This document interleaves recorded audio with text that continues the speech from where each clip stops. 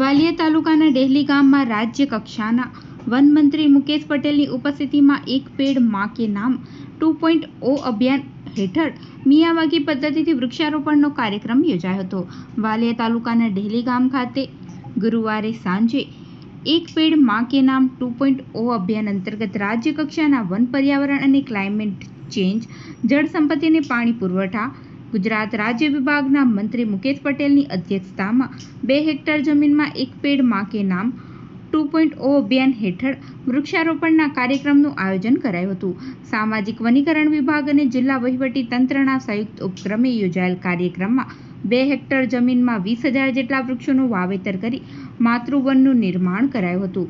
આ કાર્યક્રમમાં જિલ્લા પંચાયત પ્રમુખ મહેન્દ્રસિંહ વાસદિયા, ધારાસભ્ય રીતેશ વસાવા, ગામના સરપંચ, તાલુકા પ્રમુખ સીતાબેન વસાવા, જિલ્લા કલેક્ટર ગૌરાંગ મકવાણા, સામાજિક વનીકરણ વર્તુળના આનંદકુમાર અને વન સંરક્ષક પુનિત નૈયર અને ભરૂચ જિલ્લા ભાજપ પ્રમુખ પ્રકાશ મોદી તેમજ આમંત્રિતો ઉપસ્થિત રહ્યા હતા।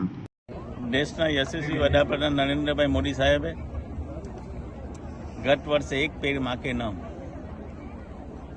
નું આહવાન દેશના તમામ 140 કરોડ જનતાને આહવાન કર્યું હતું। દુનિયાનો સૌથી અમૂલ્ય સંબંધ એ માનવ સંબંધ હોય છે। આ માનવ ઋણ કોઈ દુનિયાનો વ્યક્તિ ચૂકવી નથી શકતો, પરંતુ દેશના વડાપ્રધાન મોદી સાહેબે એક પેડ માં કે નામનું વૃક્ષ વાવીને માનવ ઋણ આપણે ચૂકવી શકીએ એના માટે આહવાન કર્યું હતું। દેશની 141 કરોડ ઝાડો વાવીને આ માનવ ઋણ ચૂકવવાનો એક અવસર દરેક દેશવાસીઓને પ્રાપ્ત થયો। ત્યારે આ વિશ્વ પર્યાવરણ દિવસે દેશના વડાપ્રધાન મોદી સાહેબે એક પેડ માં કે નામ 2.0ની શરૂઆત કરી। એમણે શરૂઆત કર્યા બાદ સમગ્ર દેશની અંદર લોકોએ ફરી આ એક પેડ માં કે નામનું ઝાડ વાવવા માટે એક જન આંદોલન બનાવી દીધું છે। ત્યારે ગુજરાતની અંદર ગુજરાતના મુખ્યમંત્રી શ્રી ભૂપેન્દ્રભાઈ પટેલ સાહેબે અમદાવાદથી શરૂઆત કરી। સમગ્ર જિલ્લાઓની અંદર એક પેડ માં કે નામના આપણે વૃક્ષો વાવી રહ્યા છે। ત્યારે આજે ભરૂચ જિલ્લાની અંદર પણ આજે અહીંયા વૃક્ષો વાવ્યા છે। 10,000થી વધુ વૃક્ષો અહીંયા વાવવાના છે। આપ જોયું છે કે અગાઉ વૃક્ષો અહીંયા વાવ્યા હતા, આજે એક નાનું જંગલ બની ગયું છે।